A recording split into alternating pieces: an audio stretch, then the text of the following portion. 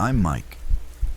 I was in my mid-20s, at that awkward stage of life, where I'd moved back in with my parents to save money for a while.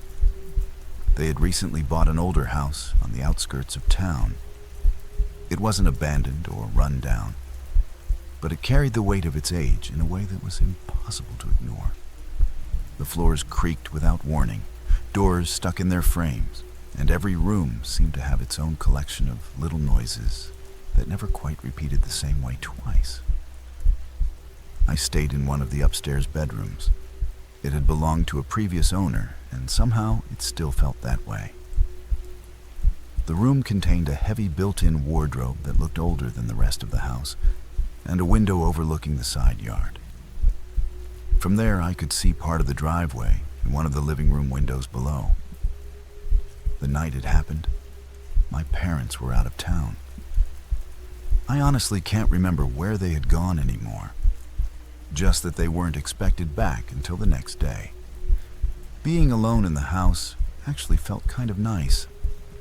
The place seemed calmer when there weren't multiple people moving around inside it. I spent the evening doing nothing particularly memorable. Around 10 or 11, I went upstairs to my room, sat on my bed, and scrolled through my phone while replying to messages. The house was quiet in the ordinary way houses become quiet when you're alone. There were the occasional settling noises, maybe a faint shift somewhere in the walls, but nothing that caught my attention. Then I heard my name. It came from downstairs. Not faintly, not vaguely, clear enough that I reacted before I even thought about it. It sounded exactly like my mom. The tone was familiar, casual, the way she would normally call for me from another room. For a second, I simply assumed my parents had come home earlier than expected. There was nothing strange about that explanation. Plans change. I stood up and left my room. What I remember most is that I wasn't scared. Looking back, I almost wish I had been, because at least that would have made sense later. At the time, I was only mildly confused. As I walked down the hallway toward the stairs, I called back, "Yeah?" No answer. I continued downstairs anyway. The living room was dark exactly as I had left it. The front door was still locked. I checked the kitchen, half expecting to find my parents unpacking something or grabbing a drink. Nobody was there. I stood in the middle of the kitchen for several seconds, trying to process it. The thing that bothered me wasn't that I had heard something. Houses make sounds. People mishear things all the time. What bothered me was how certain I felt. I wasn't trying to convince myself it had been my mom's voice. I knew what I had heard. If someone had asked me at that moment, I would have sworn she had been standing downstairs calling my name. Eventually, I laughed it off. I told myself it was probably one of those weird moments where your brain turns random noise into something familiar. Maybe I had been distracted by my phone. Maybe I was more tired than I realized. The explanation felt reasonable enough. So I went back upstairs, sat on my bed, and picked up my phone again. I even remember shaking my head slightly, embarrassed that I'd gone downstairs over something so trivial. A few minutes passed. Then I heard it again. This time it wasn't my name. At least, I don't think it was. It sounded like someone speaking downstairs. The voice carried the same familiar quality, but I couldn't make out the actual words. It was like listening to a conversation through a wall, close enough to recognize as speech, too distant to understand. I froze, not out of fear, more because something inside me hesitated. The first time, I had an explanation ready before I even reached the bottom of the stairs. The second time, that explanation started to feel fragile. I sat perfectly still, listening. The house seemed different now. Not louder, not darker, just somehow aware. Every creak felt more noticeable. Every quiet stretch felt longer than it should have. And for the first time that night, a thought crossed my mind that I didn't like. What if I hadn't imagined the first voice? What if something downstairs knew I was there? The idea sounded ridiculous the moment it formed, but I couldn't completely shake it. That was the part that unsettled me most. Not the sound itself, but the growing feeling that whatever I had heard wasn't random. It felt intentional. The house went quiet again. For a few moments, I stayed where I was, listening. Part of me wanted to ignore it and stay in my room, but that felt impossible now. The uncertainty was worse than the sound itself. If there was a rational explanation, I needed to find it. So I stood up and headed back into the hallway. This time, I didn't call out. I just listened. Every step seemed louder than before. The creaking floorboards, the faint hum of the house settling around me. Sounds I had stopped noticing years ago suddenly felt important. I moved toward the stairs slowly, waiting to hear the voice again. Nothing. When I reached the bottom floor, I checked everything more carefully than I had before. The front door was still locked, the back door too. I checked the windows, even though I already knew they were closed. I walked through every room one by one. Nothing had changed. No sign that anyone had entered. No sign that anyone had ever been there. I remember standing alone in the living room, turning in a slow circle, feeling increasingly unsettled. It wasn't because I thought someone was hiding in the house. It was because the situation no longer made sense. Every explanation I came up with seemed reasonable until I compared it to what I had actually experienced. Then it fell apart. Eventually, I decided I wasn't going back upstairs. For some reason, staying downstairs felt safer. Maybe it was the larger space. Maybe it was the lighting. Maybe I just didn't want to isolate myself in a bedroom while my imagination continued filling in the blanks. I turned on a lamp in the living room and sat down. For a while, things felt normal again. I scrolled through my phone, read random posts, answered a message or two. I kept trying to pull my attention away from what had happened, and it almost worked. Then I heard the voice again. My stomach dropped immediately. There was no hesitation this time, no wondering whether I had imagined it. Someone was talking, not outside, not from a television somewhere, not from a neighboring house, inside. The sound seemed close enough that I instinctively expected to find someone standing in the next room. I was on my feet before I even realized I had stood up. This time I searched the house quickly. Too quickly, probably. I opened doors, checked corners, looked into rooms I'd already checked twice before. I even searched places that made no logical sense. Behind doors, inside storage spaces, anywhere a person couldn't realistically hide. I wasn't looking because I expected to find someone. I was looking because I desperately wanted to. At least that would have explained everything. But the house remained exactly the same. Silent, empty, perfectly ordinary. I eventually returned to the living room and sat down on the couch. By then, I could feel my nerves catching up with me. I remember gripping my phone tighter than necessary, almost like it was an anchor. Something familiar. Something normal. I kept repeating the same thoughts to myself. The doors were locked. The windows were locked. Nobody was here. There was no evidence of anyone being here. I wanted those facts to matter more than the feeling growing in the back of my mind. Then it happened. Without warning, it felt as though someone had dropped directly onto my lap.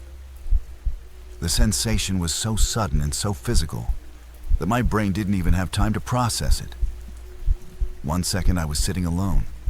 The next, there was weight. Real weight. Heavy. Immediate. My first instinct was to push whatever it was away. But I couldn't move.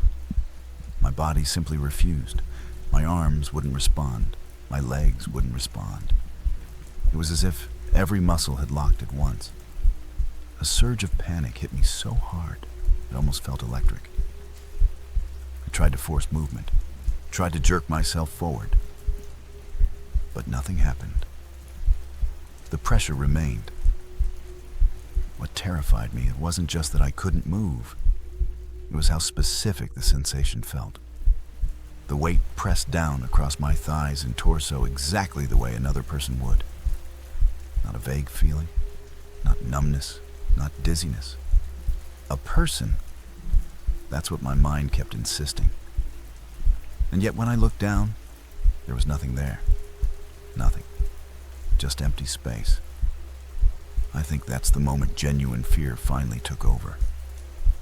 Because if I had seen something, no matter how horrifying, at least my brain would have had something concrete to react to. Instead, I was trapped between two realities. My eyes were telling me I was alone. My body was telling me I wasn't. My breathing became shallow almost immediately. Each breath felt restricted, as if something was pressing against my chest. I kept trying to inhale more deeply, but the air never seemed to reach my lungs completely. I don't know how long it lasted. A few seconds, a minute, maybe longer. Time felt strange. Then, just as suddenly as it had started, something changed. The pressure weakened. Not gradually. Just enough. Just enough for me to force movement back into my arms. And the instant I could move, I reacted. I threw myself off the couch so fast, I nearly lost my balance. I didn't stop to think. I didn't look behind me. I ran straight to the front door, unlocked it with shaking hands, and rushed outside. The moment I stepped into the night air, it felt like surfacing from underwater. Everything suddenly seemed clearer. The cool air hit my face. I could hear distant traffic, the normal sounds of the world. And standing there on the front lawn, trying to catch my breath, I realized something that still bothers me to this day. The feeling hadn't been that something entered the house. It felt like it had already been there. And somehow, from the moment I heard my name upstairs, it knew exactly where I was. The moment I stepped outside, everything felt different. The air seemed colder, clearer. For the first time in what felt like hours, I could breathe properly. I stood there in the driveway, trying to make sense of what had just happened.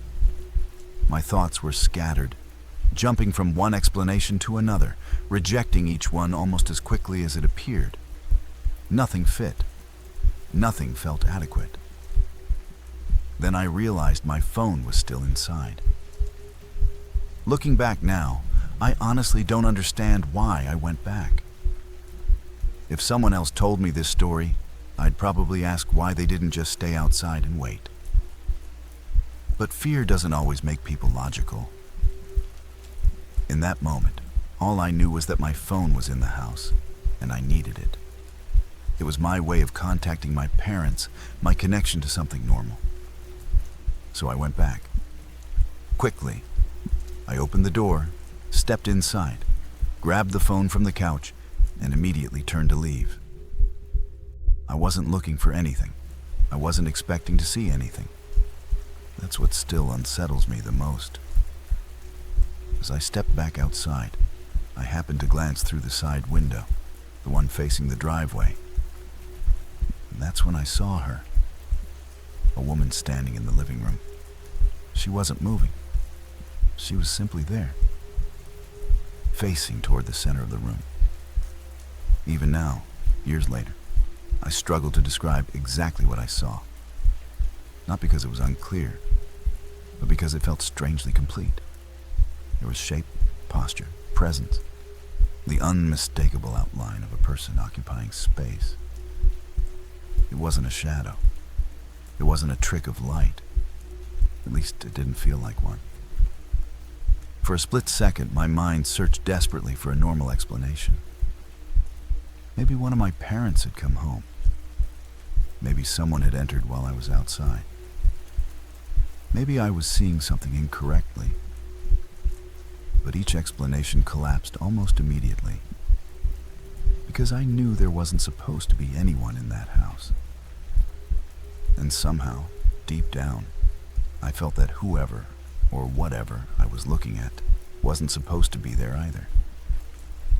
A wave of dizziness hit me so suddenly that I nearly lost my balance. My vision blurred around the edges. I stumbled backward once, then again.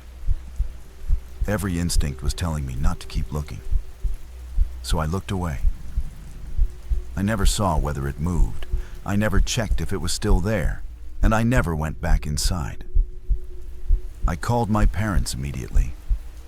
I tried to explain everything as clearly as I could, though I remember struggling to get the words out.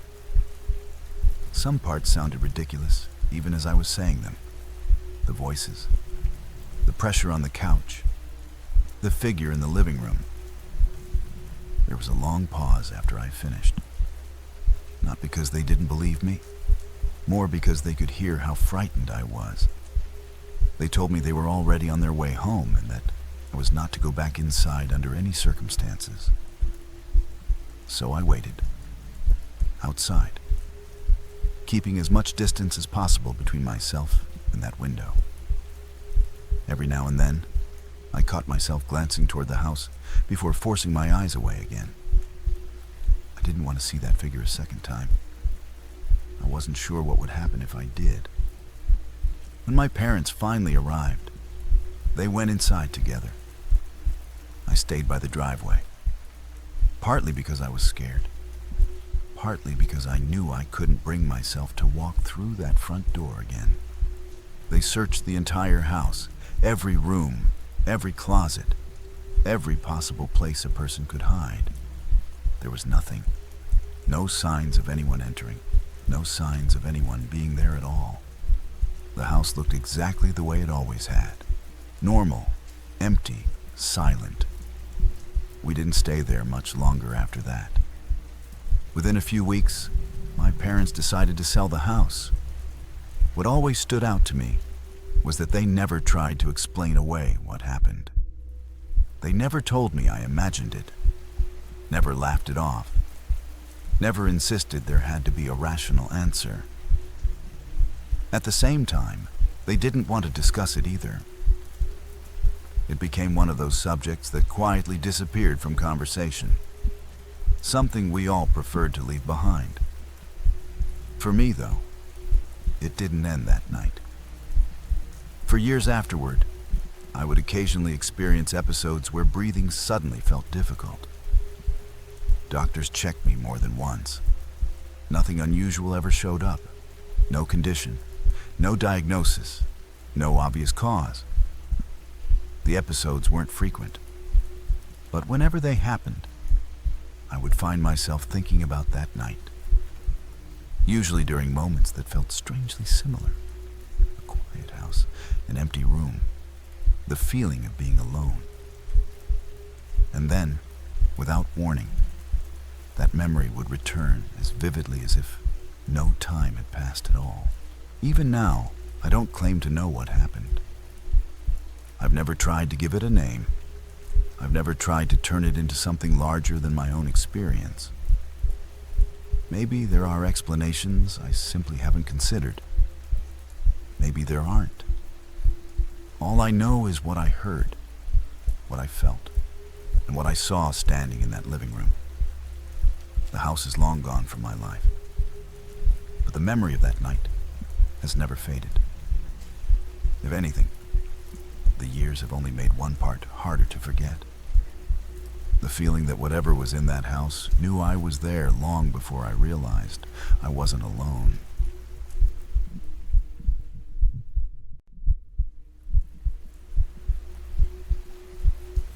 I was around 15 when this happened, and my sister was 2 years younger than me.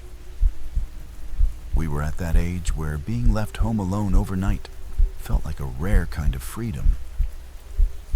Not because we planned on doing anything exciting, but because it made us feel older than we really were. It was one of those small milestones that seemed important when you're a teenager. Our parents had gone out of town for a family matter that couldn't be postponed, and they trusted us enough to manage a single night on our own. Before leaving, they gave us the usual instructions. Keep the doors locked. Don't open the door for anyone.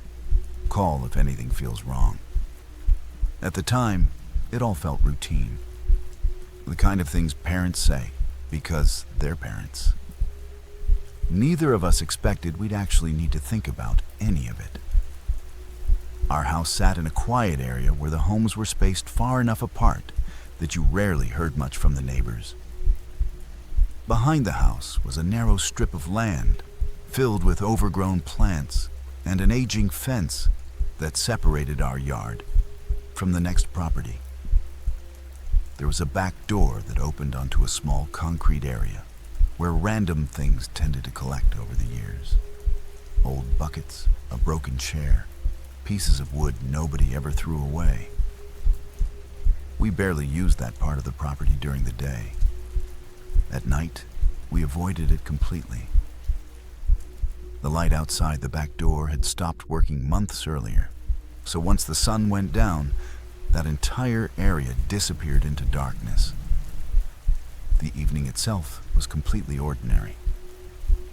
We ate leftovers our mom had prepared before leaving. We watched videos in the living room, argued about what to watch next, made fun of each other's choices. Nothing memorable, just the kind of boring, comfortable evening that blends into every other evening. At some point, my sister moved onto the floor with her phone while I stayed stretched out on the couch. Neither of us paid attention to the time. The house felt safe, familiar, predictable. Then I heard something. It wasn't loud, just different. A sound from the back of the house that didn't belong. I paused and listened. At first, I didn't say anything. There was no reason to. Our neighborhood had strayed dogs. Cats were constantly climbing fences and knocking things over.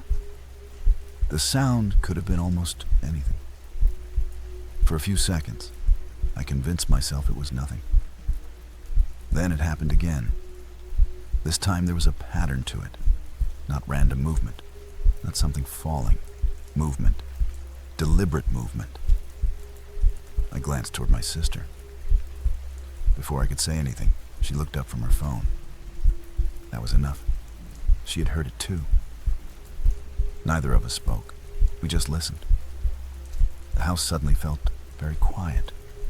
Even the television seemed distant. There was a rhythm to the sound, a faint sequence of uneven steps, slow, pausing occasionally, then continuing. I felt a small knot form in my stomach.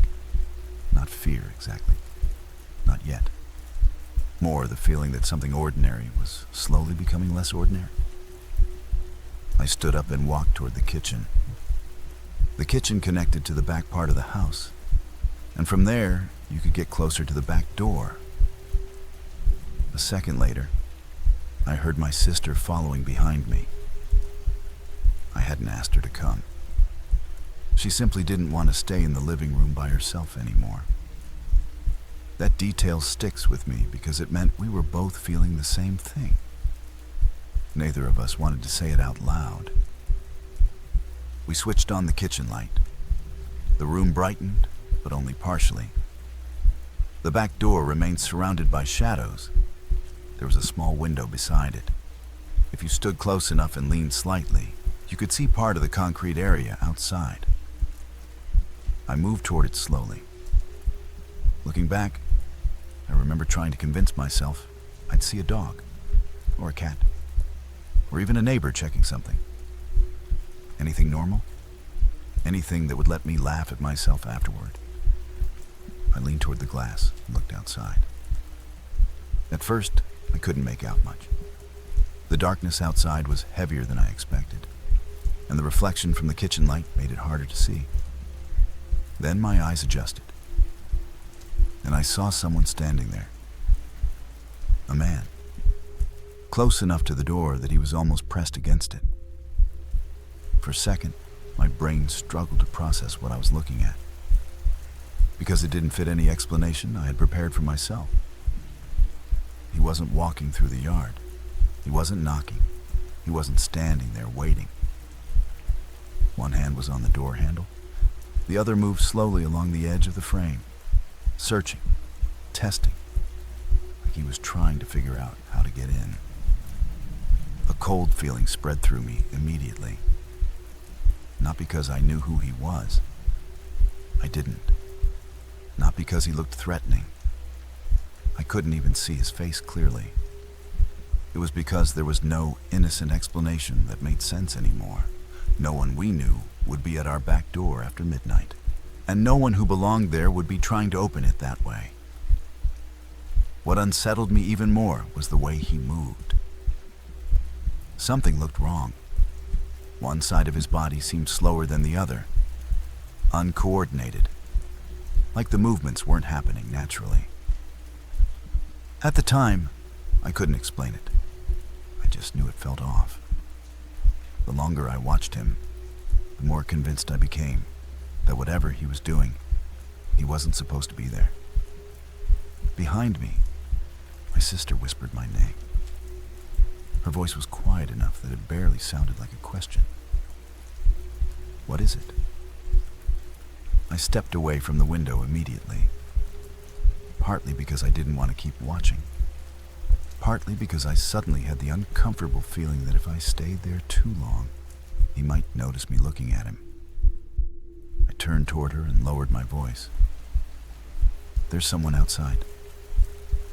The moment the words left my mouth, the atmosphere in the room changed. My sister didn't ask who it was. She didn't ask what he wanted. She didn't ask if I was sure. She simply looked toward the back door, then back at me. And in that moment, I realized we were both thinking the same thing. Our parents weren't home. We were alone.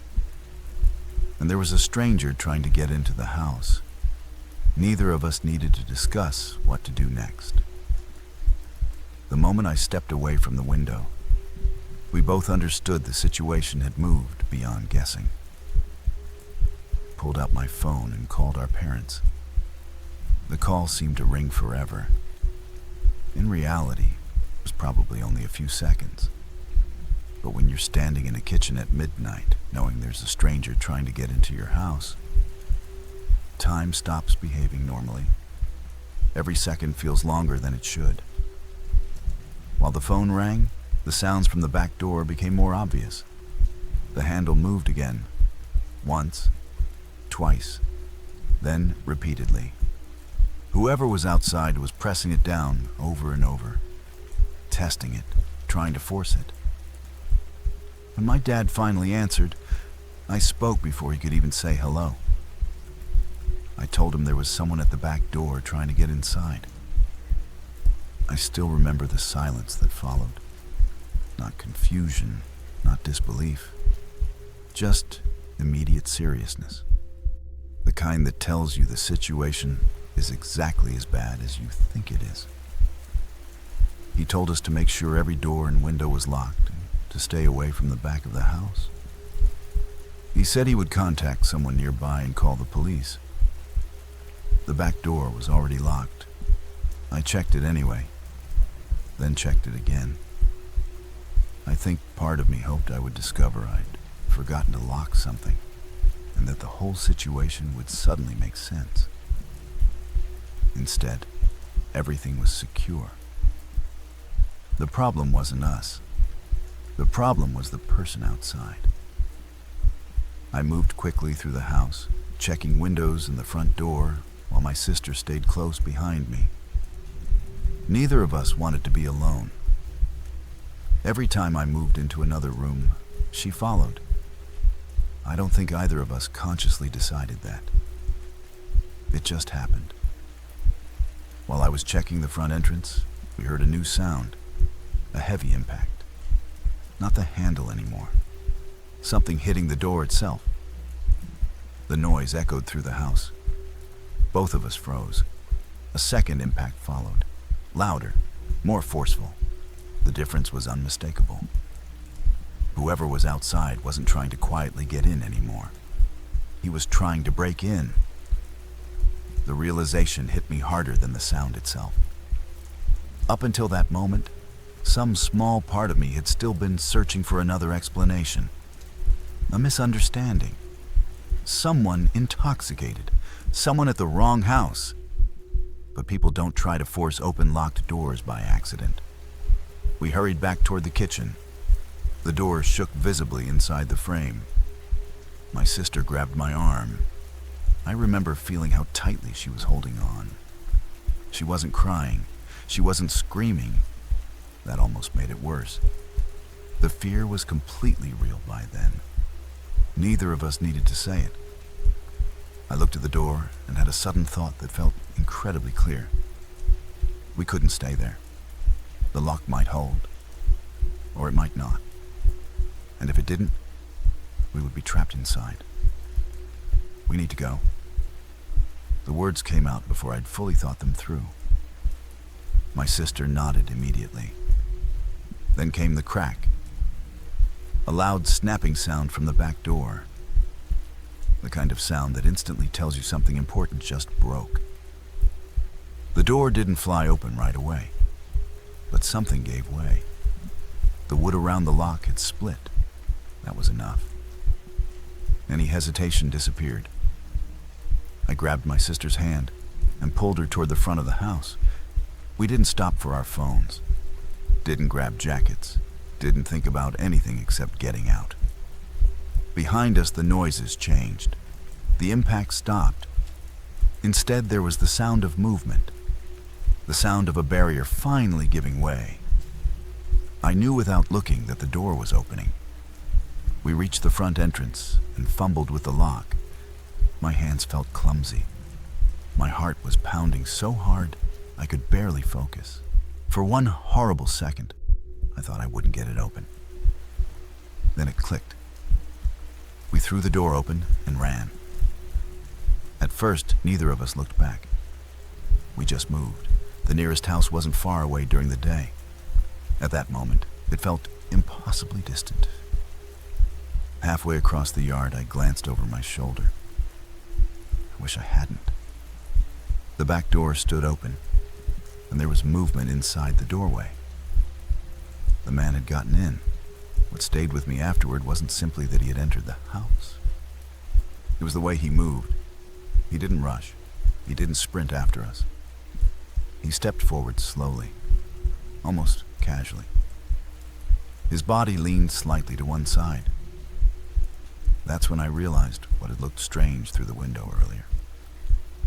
He had a limp. One leg didn't seem to support his weight properly, making every step uneven. Even from a distance, I could see it clearly now. He was wearing glasses. The lenses caught a small amount of light as he moved. And then I saw his face. To this day, that's the part I remember most vividly. Not the broken door, not the running, not even the fear. His expression. Because it didn't match the situation at all. He was smiling, not a huge grin, not something exaggerated, but just a calm, unmistakable smile. As if none of this was unusual. As if watching two terrified kids run from their own house was somehow amusing to him. The sight sent a surge of panic through me, unlike anything I'd ever felt before. It was the moment he stopped feeling like a random stranger and started feeling genuinely dangerous. We ran faster. Neither of us looked back again. When we reached the neighbor's house, we pounded on the door as hard as we could. Both of us were talking at once, shouting, knocking, trying to make enough noise that someone would answer immediately. Those few seconds waiting felt endless. Every part of me expected to turn around and see him standing behind us. When the door finally opened, relief hit me so hard, my legs almost felt weak. We started explaining everything at the same time, neither of us making much sense. The neighbor didn't ask many questions. One look at us was enough. He let us inside immediately and locked the door behind us. Only then did I realize how badly I was shaking. He called the police while we sat inside trying to catch our breath. Eventually, our parents arrived. The police arrived too. By then, the initial panic had faded enough for us to talk clearly, but the reality of what had happened hadn't. It still felt impossible, like something that belonged in a news story rather than our lives. We returned to the house with them. The back door was exactly as we'd left it, forced open. The frame splintered around the lock. The damage looked even worse in the light. Inside, the house wasn't completely destroyed. It wasn't ransacked the way I expected. But there were signs someone had been moving through the rooms. Signs that the stranger who had smiled at us from the doorway hadn't simply entered the house. He had stayed long enough to look around. Inside the house, there were small signs that someone had been moving around after we fled. A chair sat at an angle it shouldn't have been. Something had been knocked over near the kitchen. A few items weren't where we remembered leaving them. Nothing dramatic. Nothing that looked like a burglary in progress. In some ways, that made it worse. The disorder felt purposeful rather than chaotic. Like someone had simply walked through the house, looking around. The man, however, was gone. The police searched every room again, then the yard, then the surrounding area. Flashlights swept across fences, gardens, and patches of overgrown vegetation nearby. They found nothing. No trace of where he had gone. No indication of how long he had remained inside after we escaped. For a while, I assumed that would be the end of it. A terrifying night. An unknown intruder. No answers. Then things became stranger. Over the next few days, my parents spoke with neighbors and tried to determine whether anyone had seen the man before. Most hadn't. A few thought they might have noticed someone walking in the area, but nobody could say for certain. Eventually, one neighbor mentioned having a security camera facing part of the street. At the time, home security cameras weren't nearly as common as they are now, so it felt like a lucky break. Everyone hoped it might provide some clue about who the man was or where he had come from. Instead, it created more questions. When the footage was reviewed, the same man appeared multiple times. Not on the night of the break-in, days earlier. The first time I heard that, I remember feeling a cold sensation in my stomach, because it meant the encounter hadn't been random. The footage showed him moving slowly along the side of our property, keeping close to areas that were difficult to see from the street. His walk was unmistakable. The same uneven gait, the same pronounced limp. There was no doubt it was him. What disturbed me most wasn't that he appeared once. It was that he appeared repeatedly, different days, different times, usually when very few people were outside, almost as if he had learned the rhythms of the neighborhood. In one clip, he stopped near the rear section of our property. He didn't attempt to enter, didn't approach the door, didn't do anything obvious at all. He simply stood there, watching, waiting, then eventually walked away. I remember staring at that footage and feeling a completely different kind of fear than I had felt that night. The break-in itself had been terrifying because it happened so quickly. This was different. This suggested planning. It suggested that our house had held his attention long before we ever knew he existed. And that thought stayed with me. No one recognized him. The police circulated descriptions, checked reports, looked into possible matches. Nothing. No clear identification, no explanation for why he had chosen our house. No indication of where he came from or where he went afterward. Eventually, the investigation simply reached a dead end. Life moved on because it had to. The damaged back door was replaced with a stronger one. Additional locks were installed throughout the house. My parents became noticeably more cautious after that. Not just about overnight trips, about everything. Looking back, I don't blame them. For a long time afterward, my sister and I weren't left alone very often. At the time, part of me found it frustrating. Now I understand. It came from fear, the same fear they tried not to show us. As the years passed, one detail kept returning to me. The distance between us and him during those final moments. When I looked back and saw him standing in the doorway, it wasn't far. At the time, it felt far enough because we were already running. But when I replay it now, I realize how little separated us. A few extra seconds, a moment of hesitation, stopping to grab a backpack, arguing about what to do, any delay at all. And the story could have ended very differently. That's the thought that still bothers me.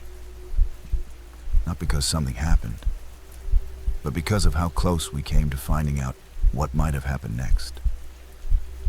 No one ever discovered who he was. As far as I know, no similar incidents were reported nearby afterward. No arrest, no explanation, no final answer. Just a man with a limp, a pair of glasses, and an unsettling smile who appeared outside our home, forced his way inside, and then vanished. Years later, that's what makes the memory linger. Most frightening experiences eventually settle into a narrative. You learn what happened. You understand why. You place the event into a box and move on. This never fit into a box. It remains unfinished. A story with a beginning and a middle, but no ending. And sometimes I think that's why it still feels unsettling all these years later. Not because I remember the fear, but because somewhere in the back of my mind, there's still a part of me wondering what he was doing outside our house in the days before we ever noticed him, and what exactly he had planned for the night he finally decided to come inside.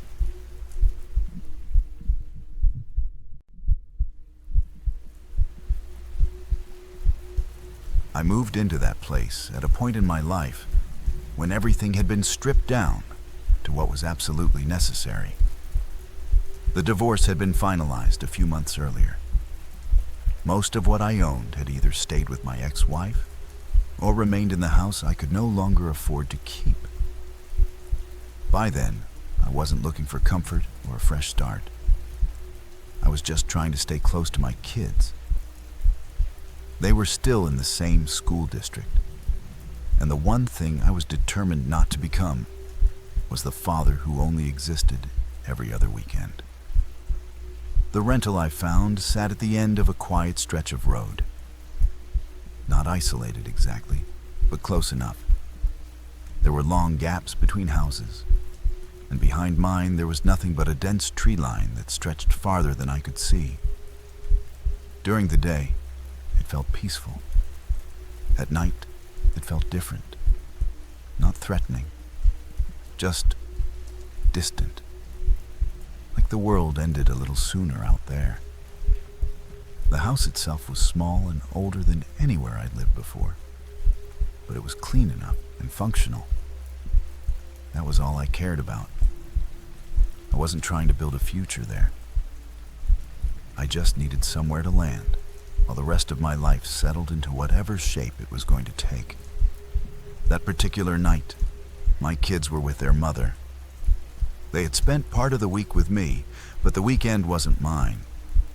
So I had the house to myself. I was sitting in the living room with the television on, barely paying attention to it.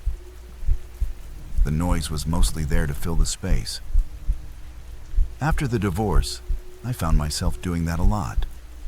Silence had become something I noticed more than I used to.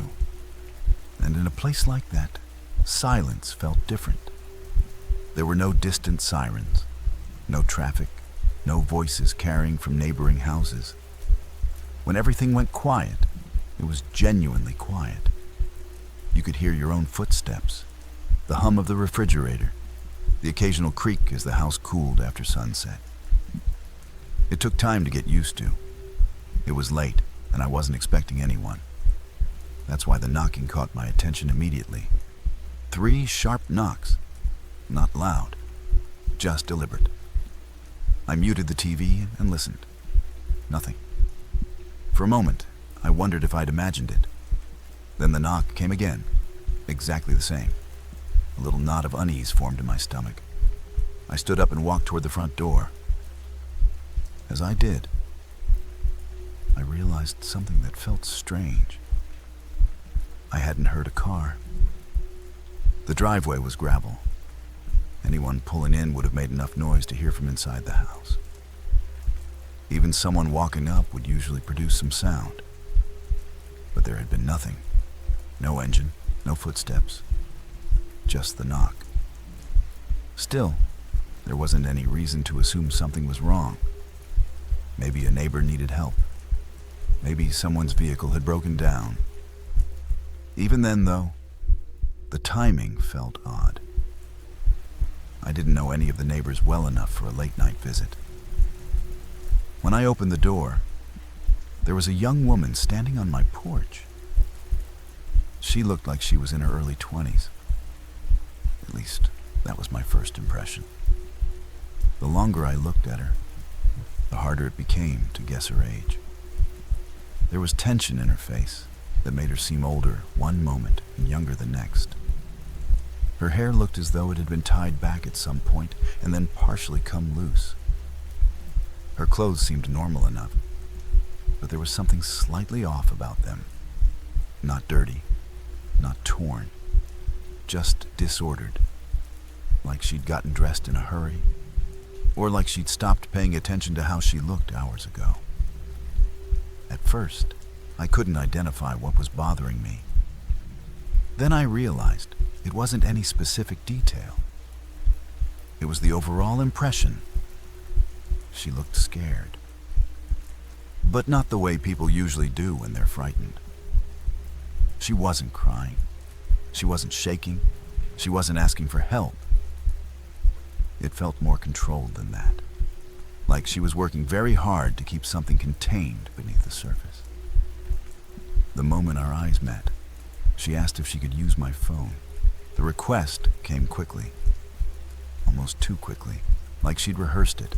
Like she'd already decided exactly what she was going to say before I opened the door. There was no explanation. No introduction. Just the request. "Can I use your phone?" I remember hesitating. Not because I thought she was dangerous. At least not then. I was mostly confused. So I asked the obvious question. "What's going on?"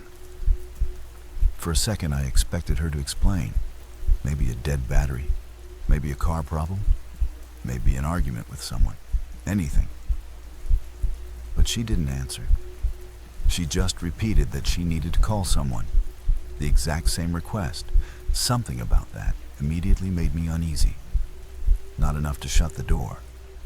Just enough to make me pay closer attention. I told her that if she was in trouble, I could call the police for her. It seemed like the most reasonable solution. If she genuinely needed help, then getting authorities involved would probably be the safest option. The reaction was immediate, and that's the part I've never been able to explain properly. The moment I mentioned the police, something changed. Not dramatically, not in a movie-like way. It was smaller than that, more subtle, but somehow more unsettling. It was as if a mask slipped for half a second. The fear I'd been seeing in her face vanished. Not faded. Vanished. And in its place was an expression I couldn't read at all. I remember standing there, staring at her, with the growing feeling that I had just said something I wasn't supposed to say. Something that mattered far more than it should have. And for the first time since opening the door, a thought crossed my mind that I couldn't shake. Maybe this wasn't a person looking for help. Maybe she had come there for a reason. And whatever that reason was, it wasn't the one she'd given me. The change in her expression wasn't relief. And it wasn't anger either. The closest thing I can compare it to is fear. But even that doesn't feel entirely right. It was more focused than fear, more immediate. Like I had accidentally touched on the one thing she didn't want mentioned. The moment I suggested calling the police, she shook her head. Quickly, almost before I had finished the sentence. "No," she said. "Don't call them." There was something urgent in the way she said it. Not loud, not panicked, just certain. She immediately followed it by saying she only needed to call a friend. That would be enough. I remember standing there for a moment, trying to decide what to do. Everything about the situation felt off. But at the same time, nothing felt wrong enough to justify refusing. She didn't appear threatening. If anything, she looked like someone who had gotten herself into a situation she didn't know how to get out of. And maybe that was exactly what I wanted to believe. So I stepped back inside, grabbed my phone, and handed it to her. She thanked me quietly and walked a few steps away from the porch. Not far. Just far enough. Far enough that I couldn't clearly hear what she was saying. Far enough that I had the distinct impression she didn't want me listening. I stayed in the doorway, trying not to stare, watching anyway. She dialed almost immediately. No hesitation. No checking contacts. No scrolling. Just numbers. Like she already knew exactly who she was calling. When someone answered, she lowered her voice.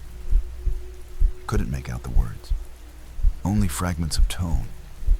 The conversation sounded urgent, but controlled. Whatever she was discussing, she seemed determined to keep it brief. Then, at one point, she turned slightly and looked back. Not directly at me. Not exactly. More toward the house. Toward the doorway. Toward where I was standing. It's difficult to explain why that bothered me. People glance around all the time. There was nothing unusual about the movement itself. But something about it felt deliberate. Like she wasn't checking whether I was still there. Like she was checking something else. Making sure of something. Even now, I can't explain why that thought came to me. I just remember feeling it. The call lasted maybe a minute. 2 at most.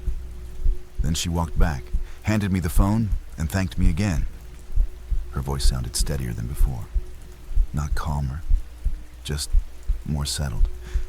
As though whatever she had been waiting for had finally happened.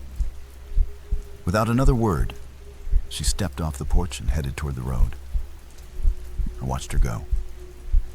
At first, I expected headlights, a car door, an engine starting, something.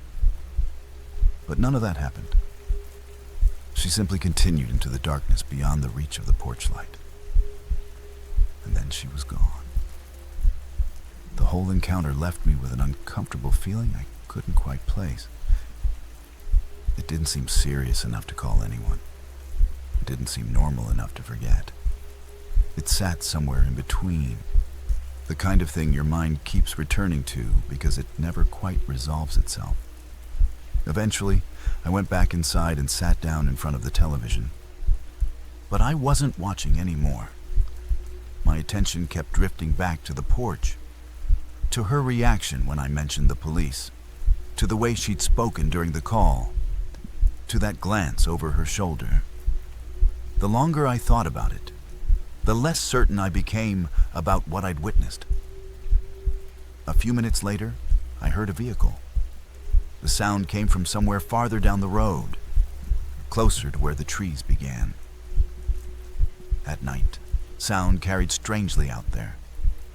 Distances felt distorted, so I couldn't tell exactly how far away it was. The engine ran for a short time. Then came a shout, a man's voice, loud enough to cut straight through the silence. I couldn't make out the words, only the tone, and that was enough. It wasn't casual conversation. It wasn't somebody calling to a friend. There was something abrupt about it, sharp, the kind of sound people make when something unexpected happens, or when something goes wrong. Then it stopped, just like that. The road fell silent again.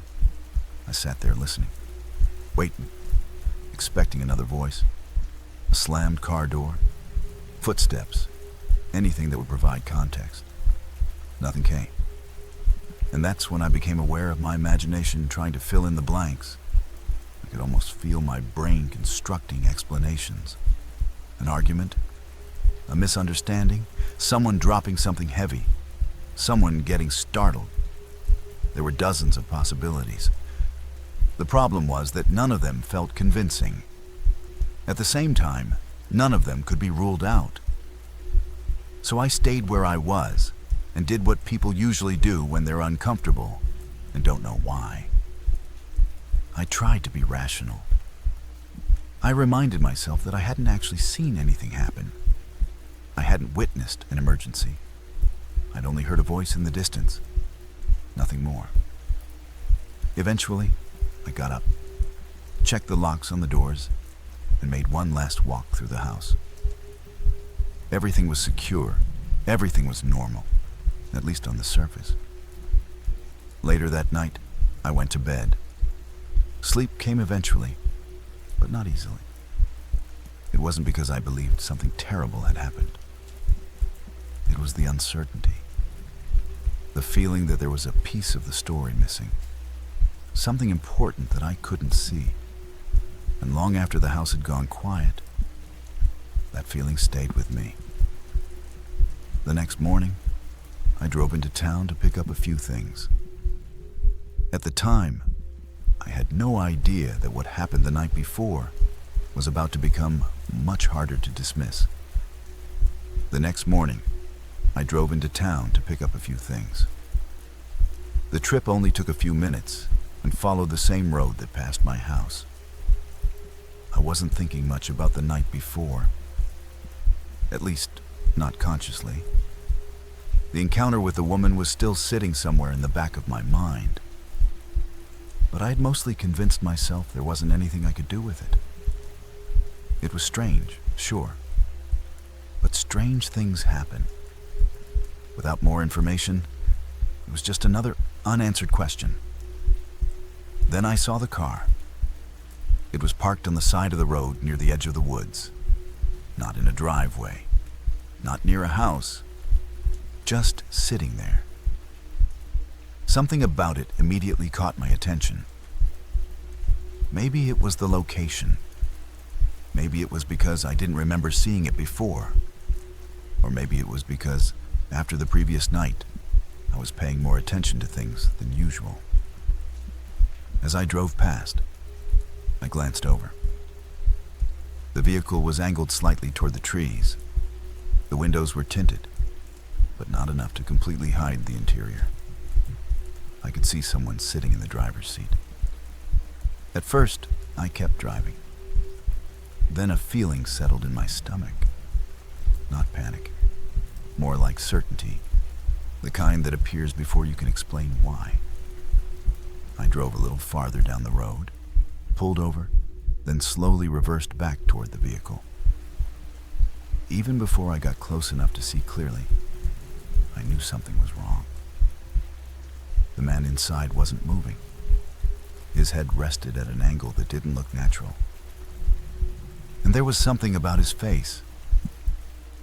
I can't describe exactly what it was. People who have seen death often talk about recognizing it immediately, and before that morning, I never really understood what they meant. After that morning, I did. I reached for my phone and called the police. While I waited, I kept my eyes on the vehicle, partly because I was worried someone inside might still need help, partly because I couldn't stop looking. The officers arrived quickly. They approached the car cautiously.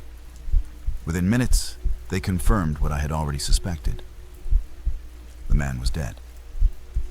The moment they said it aloud, everything changed. The morning stopped being ordinary. The woman from the night before stopped being a strange encounter.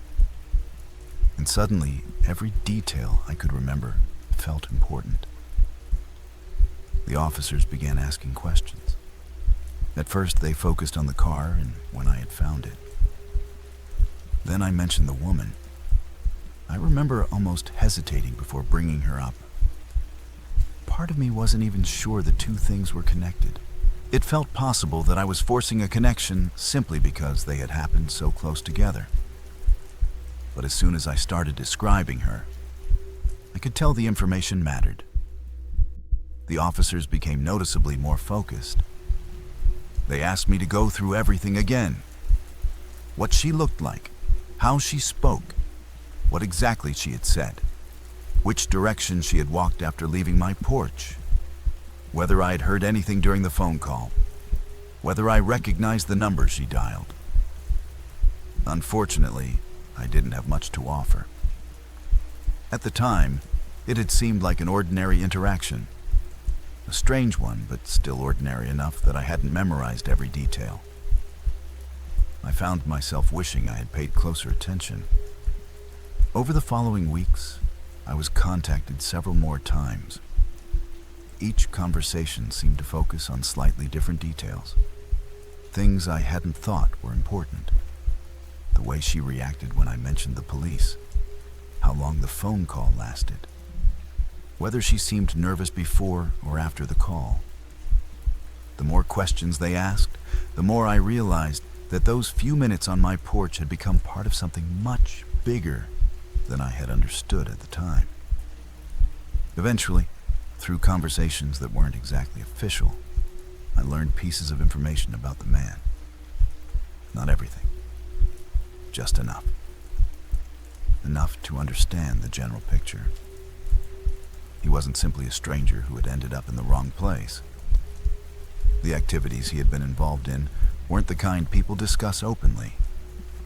They involved exploiting vulnerable people, particularly women, using situations where those women had little control over what was happening to them. The more I learned, the more uncomfortable I became. Because once those pieces fell into place, my memory of that night changed. Not the facts, the meaning. The woman at my door no longer looked like someone who was merely stranded or lost. Her fear made sense. Her reaction to the mention of police made sense. Even the urgency of the phone call suddenly felt different. I still don't know exactly what happened after she disappeared into the darkness. I've spent years occasionally wondering about it. What was said during that call? Who came to meet her? What happened near the tree line? The truth is, I don't know. And I probably never will. All I know is that something happened shortly after she left my porch. Something serious enough to end with that man sitting alone in a car at the edge of the woods. As far as I know, she was never connected back to me beyond that brief interaction. I never saw her again, never learned her name, never found out where she came from. She was simply a stranger who appeared on my doorstep one night and disappeared a few minutes later. But every now and then, I still think about her. Not because of the mystery, not because of the investigation, but because I remember the look on her face when I opened that door. At the time, I thought I was helping someone make a phone call. Looking back, I sometimes wonder if I was witnessing the exact moment someone realized they might finally get away. It's strange how a conversation that lasts only a few minutes can end up becoming part of a story much larger than you ever knew existed. And stranger still how, for years afterward, you can look back and realize that the most important part of the story was happening right in front of you. And you didn't understand it until it was already over.